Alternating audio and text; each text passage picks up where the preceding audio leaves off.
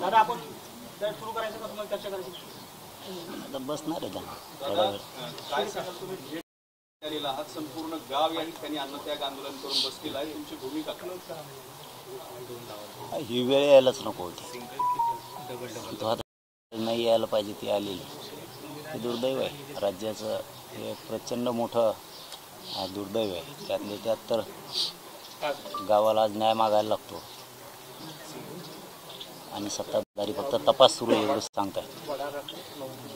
पहिल्या दिवसात बघितला आतापर्यंत हा तेच आरोपी आहेत अटक झाले.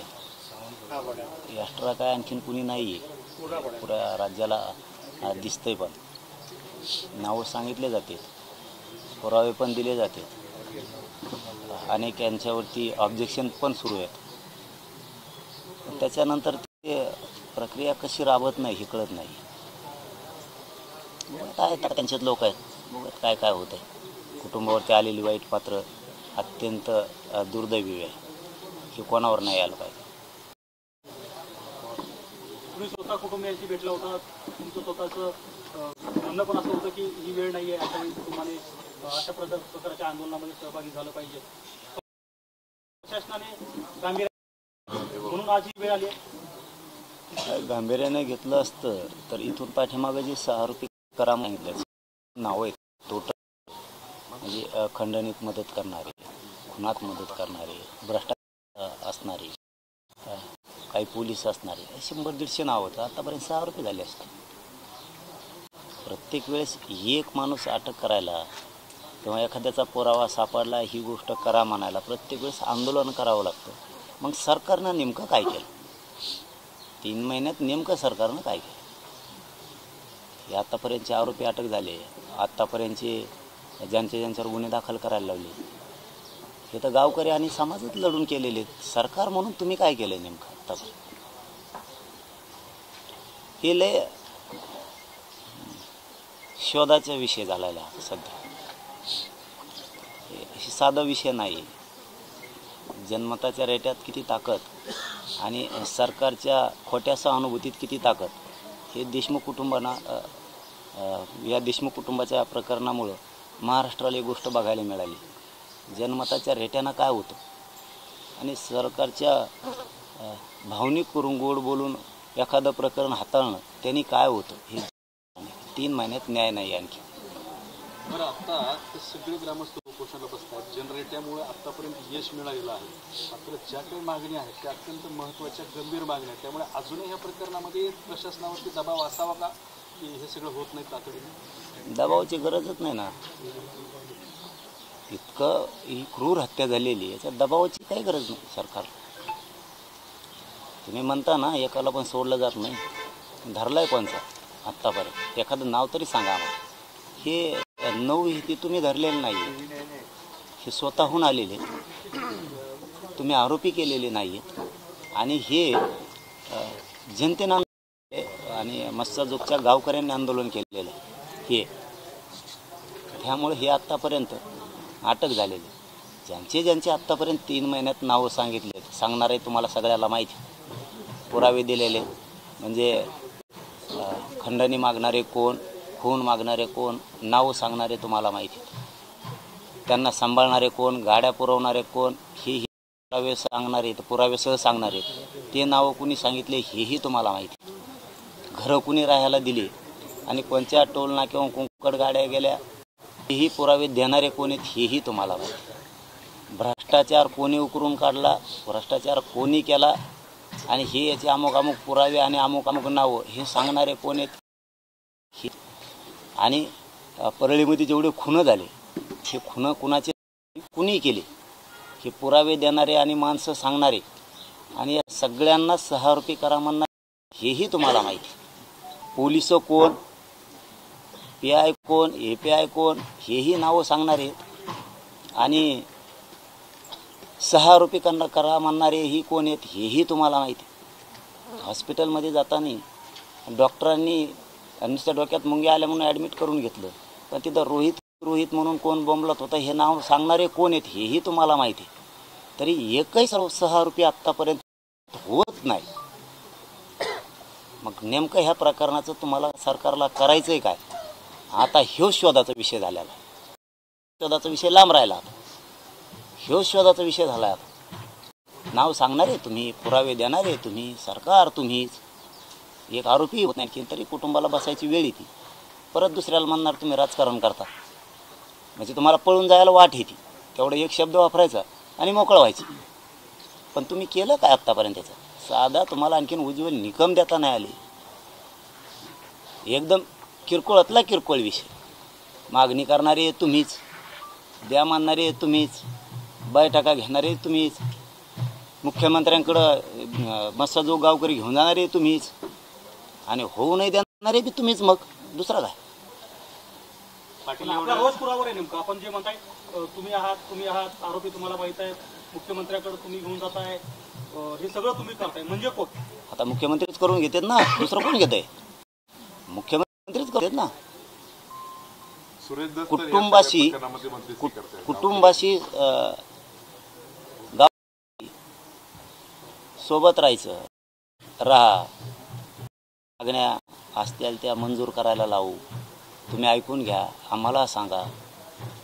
हे प्रयोग सरक सुरू आहेत 3 महिन्यापासून.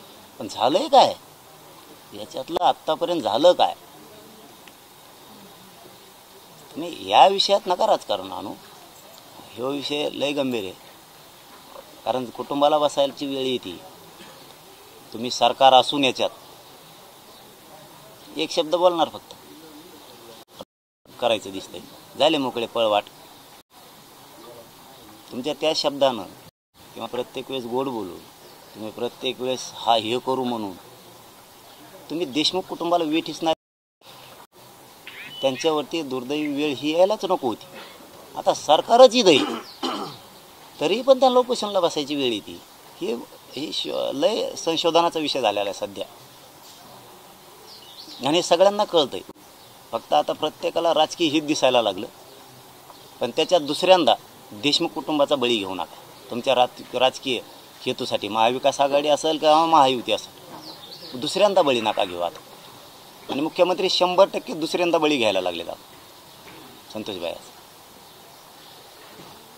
अलग मतं असू शकतात, कारण प्रत्येकाच्या डोळ्यापुढं ज्याला त्याला राजकारण दिसतंय. पण संतोषभाईचं कुटुंब, त्यांच्या वेदना जर तुम्हाला दिसत नसतील, काय बोलावं तुम्हाला? परवा आमदार सुरेश दस या ठिकाणी येऊन गेले. त्यांनी देशमुख कुटुंबियांची, गावकऱ्यांची भेट घेतली. त्यांनी विनंती केली की एवढं टोकाचं पाऊल उचलू नका. तुमचे जे मागण्या आहेत ते सरकारपर्यंत मी पोच करतो, मुख्यमंत्र्यांच्या कानावर घालतो. तुम्ही कसं बघता? विश्वास आहे तुमचा? नाही, आपण काय बघत नाही, आपण सरळ कॅमेऱ्याकडे बघतो.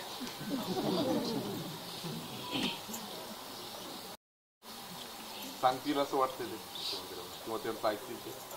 नाही, ते विषय तर आपल्याला काय माहिती.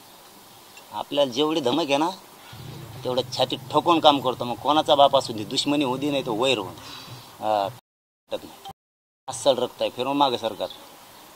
ते छक्के पंजे खेळता येत नाहीत मला. छक्के पंजामुळं दुसऱ्याचं कुटुंब डावावर लागतं. कोण खेळते? मुख्यमंत्री. दुसरं कोण? 3 महिने लागतात काय? दादा, तुम्हाला असं म्हणायचं या सगळ्या प्रकरणाला गृहमंत्री आणि मुख्यमंत्री या लोकांना पाठीशी घालतो. मग पाठीच नाही घाली तर मग काय मस्साजोगच्या गावकरी किंवा महाराष्ट्र थोडंच पाठीशी घालतो. तेच नाही घाली तर कोण घालते? कसं काय दिसणार? मग मोबाईल सापडा ना होय.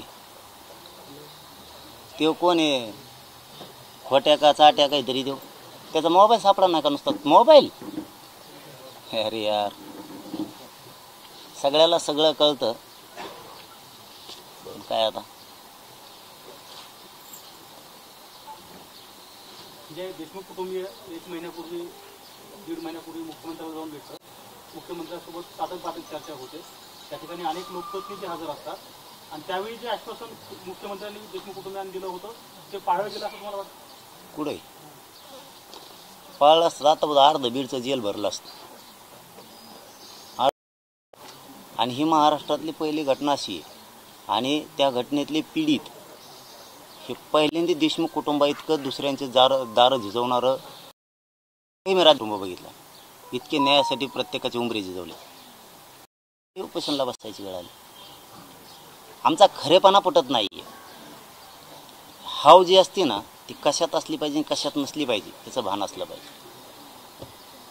आपण केलेल्या चुकावर पांघरून घालायसाठी कोणाचं कुटुंब डावावर नाही लावलं पाहिजे. कुणी चुका केल्या होत्या आणि कोण डावावर? सरकार आणि दुसरं कोण? मग काय तिकडे येडुराप्पा येईन काय दुसऱ्या राज्यातलं? हेच ना, हेच नाही. तुम्ही न्यायाचं देऊ शकत नाहीत ना. काय दिलाय का न्याय? एखादी बाजू सांगा आम्हाला.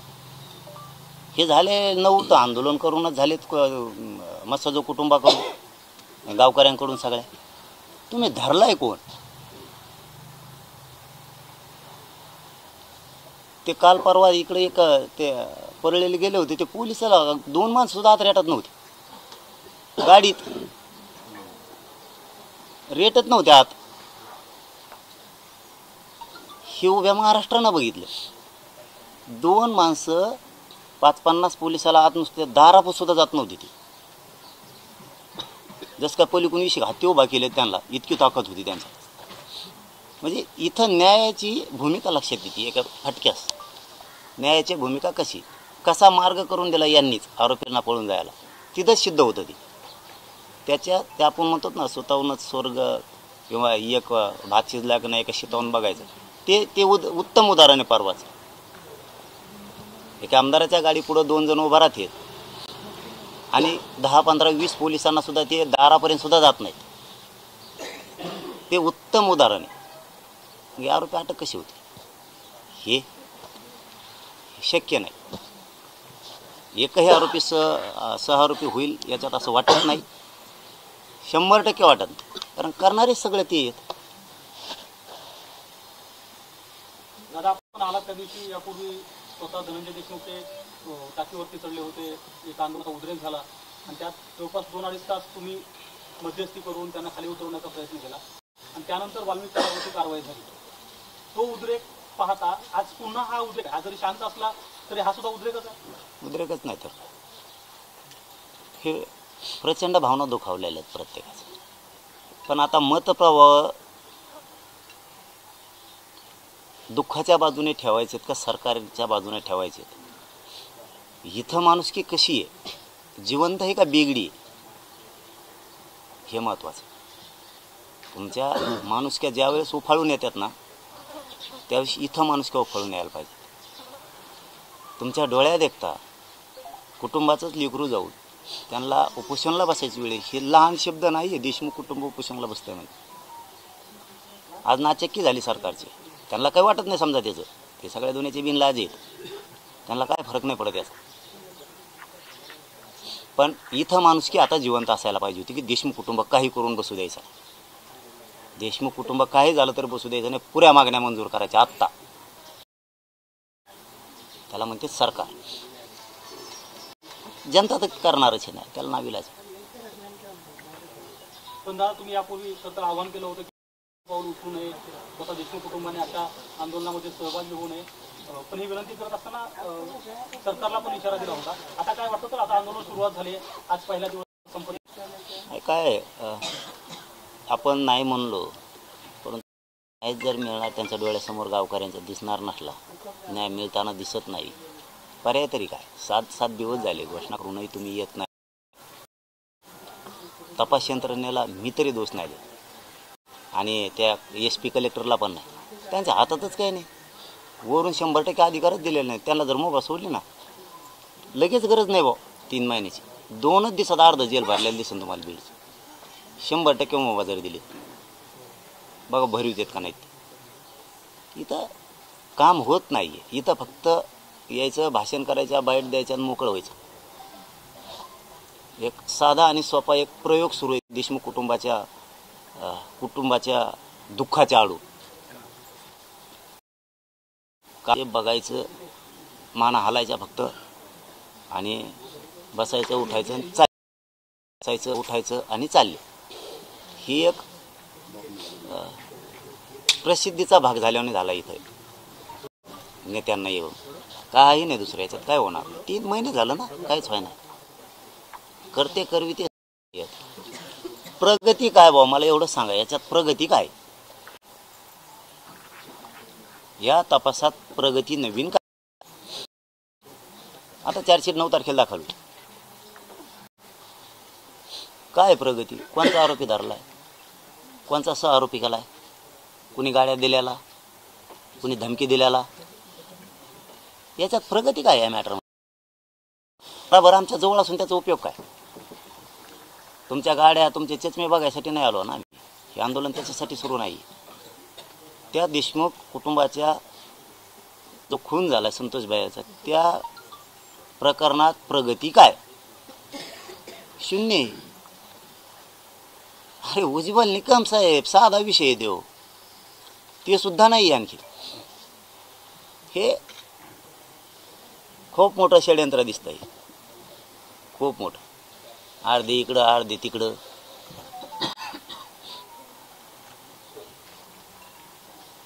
पाटील, तुम्ही स्पष्ट बोलायला खरं तर फार इच्छा नाही, बाकी काय नाही. तर स्पष्ट बोलायला मी काचाकच घोड्या लावतो, कारण मला नाही सहन होत. शपथ सांगतो तुम्हाला, मला हे सहनच होत नाही. ही खून आहे, लय डेंजर खून आहे. हे सोपं नाही आहे. एका लेकरांचा बाप गेलाय, एका आईचं सोन्यासारखं लेकरू गेलं. नुसते हेलपाटे घालता यार जऱ्या. तुम्हाला 3 महिन्यात एकही. हे गावकऱ्यांनी आणि समाजाने अटक केलेले लोक आहेत. तुम्ही काय केलं?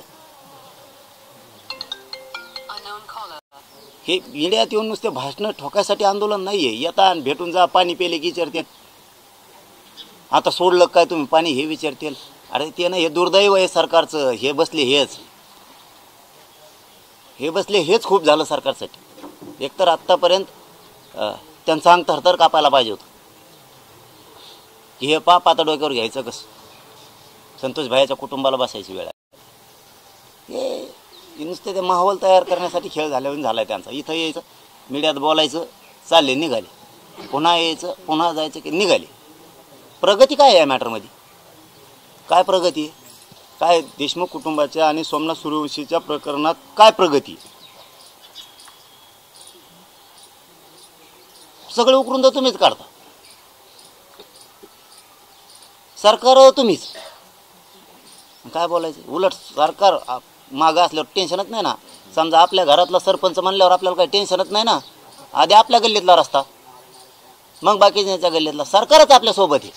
नाही कसं काय नाही? सरकार सोबत नाही आहे का? हा, जनता आहे व आपल्याला आरडावं लागेल, ओरडावं लागेल, मोठाले आंदोलनं करावं लागतील. मग सरकारचा कुणीतरी येईल आणि मग आपण त्याला मागण्या सांगू, मग तो वर घेऊन जाईल. सरकारच आमच्यासोबत आहे ना, देशमुख कुटुंबासोबत. प्रगती काय? नाही म्हणा सरकारसोबत. कुणी सांगा की 3 महिन्यात सरकार देशमुख कुटुंबाच्या मसजोग गावकऱ्यांच्या सोबत नाही. हाईच. गावकऱ्यांनी आणि मराठ्यांनी संतोष भैया म्हणून बघा. पुन्हा तेच सांगतो मी तुम्हाला. नेता म्हणून जर बघितलात ना, अवघड आहे. सगळ्या मराठ्यांनी आणि गावकऱ्यांनी सुद्धा संतोष भैया म्हणूनच गावाने बघितलं पाहिजे. तर हे मॅटर शेवटपर्यंत जाईल. सरकार आपल्यासोबत असून जर आपल्याला न्याय नाही मानल्यावर, सोबत नसतं ठीक आहे, आंदोलन करावं लागेल, मग सरकार येईल. आणि याच्यापेक्षा काय संवेदनशील मॅटर पाहिजे सरकारला? याच्यापेक्षा काय पाहिजे? अशा टायमाला ते शिंदे साहेबच पाहिजे होते.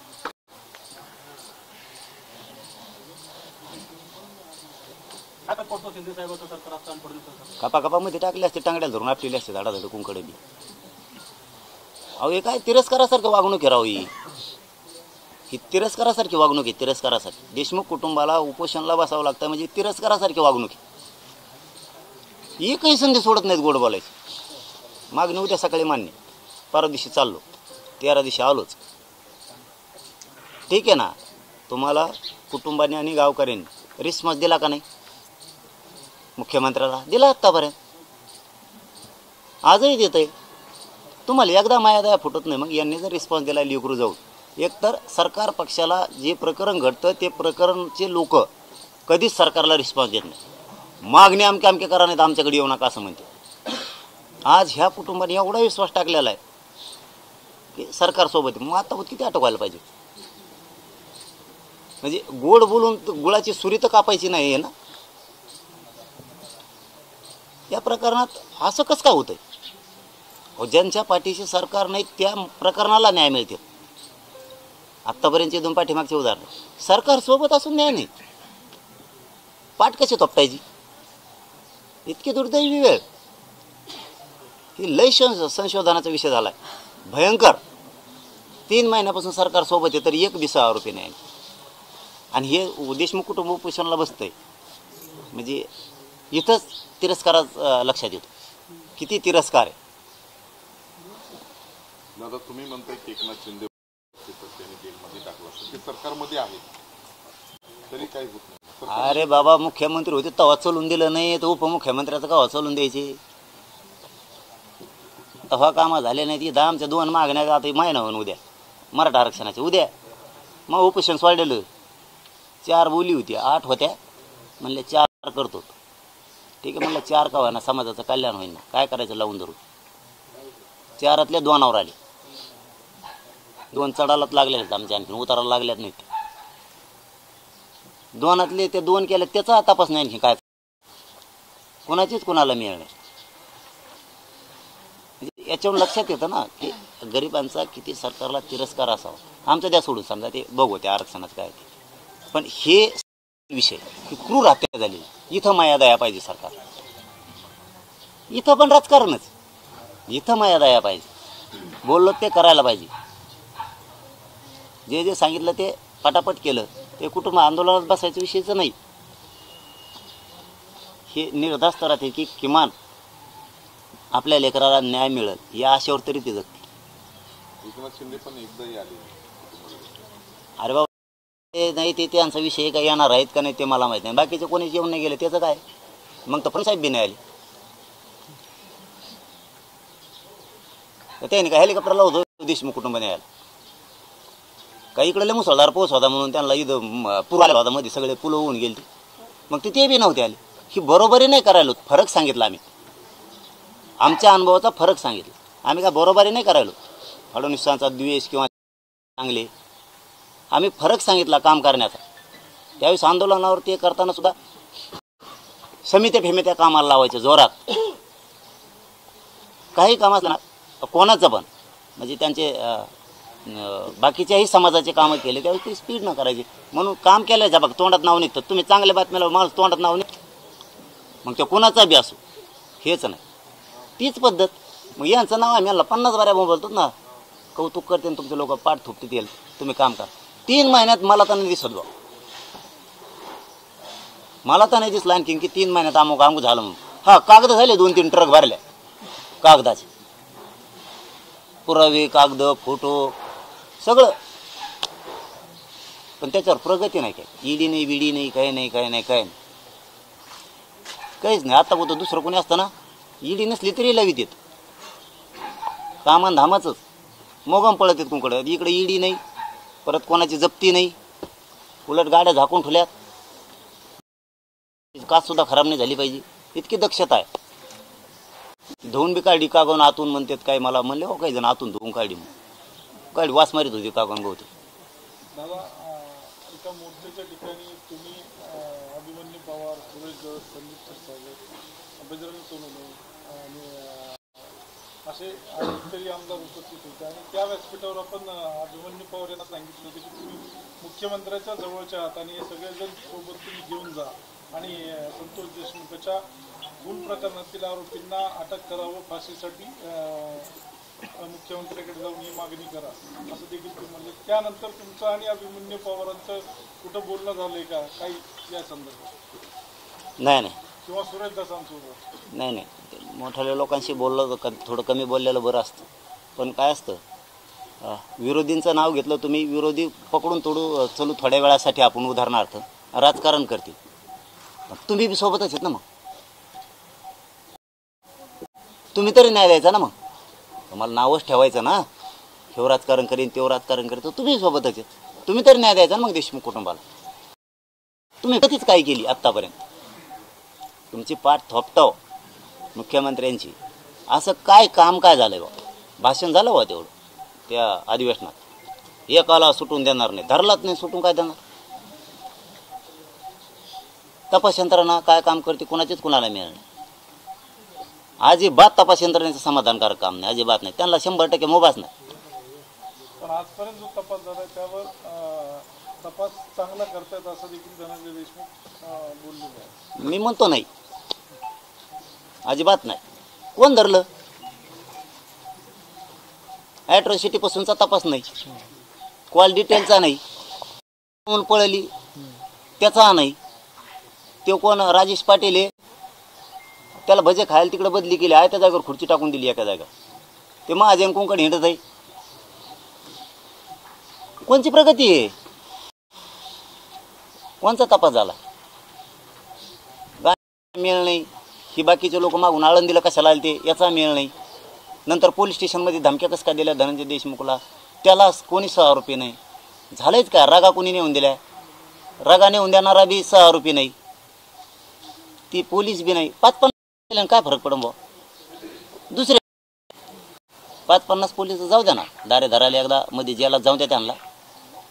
दुसरे भरा, हे तुमच्या जवळचे, ते पुन्हा तुमचे जवळचे भरा सगळे सोयरे, काही अडचण नाही. पण बदल दादा, आज या आंदोलनाचा पहिला दिवस आहे, आता पुढचं काय? पुढच्या नेतृत्वात काय करणार? याचा जर जीवाला धोका झाला रे बाबा उपोषण करताना, तर गाठ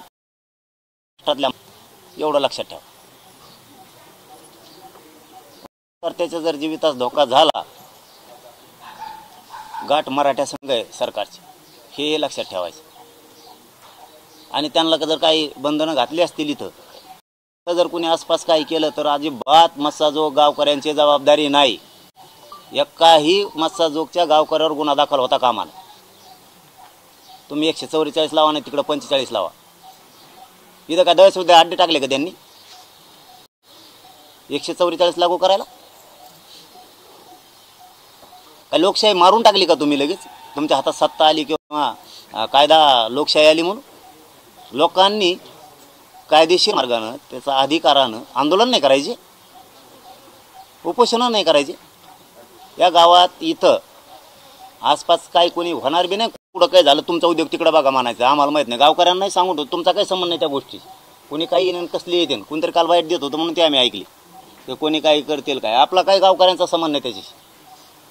कोणी काही काड्या करेल, काही करत, ते तिकडं तुमचा उद्योग बघा म्हणायचे, आम्हाला काय माहीत नाही. गावकऱ्यावर केस पोलिसांनी किंवा मुख्यमंत्र्यांनी काही करता कामा आलं.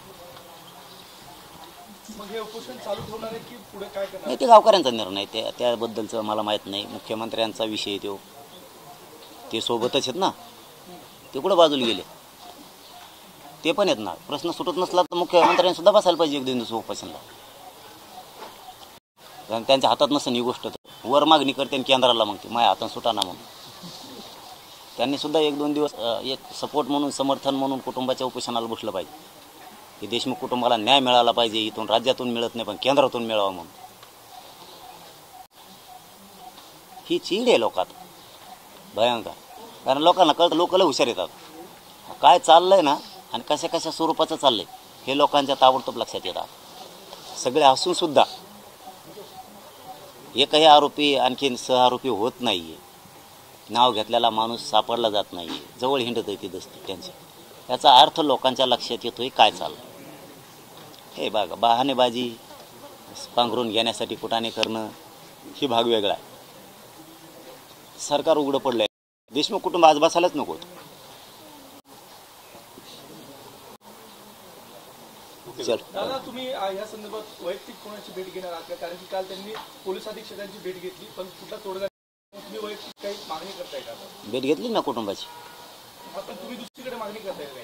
नाही, कुटुंबाकडेच. कुटुंब जे म्हणून तेच मग असतं. मी मा बघतो ना,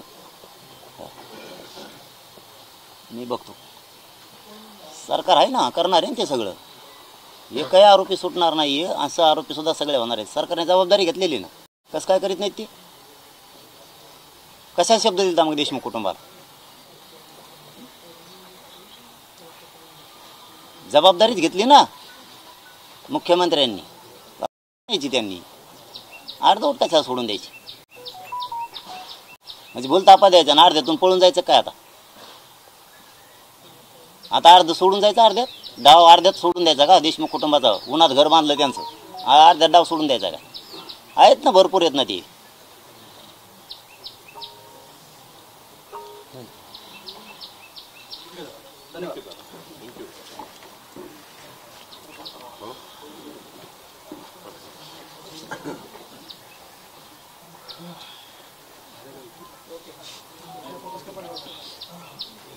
किती वेळ थांबणार आहे?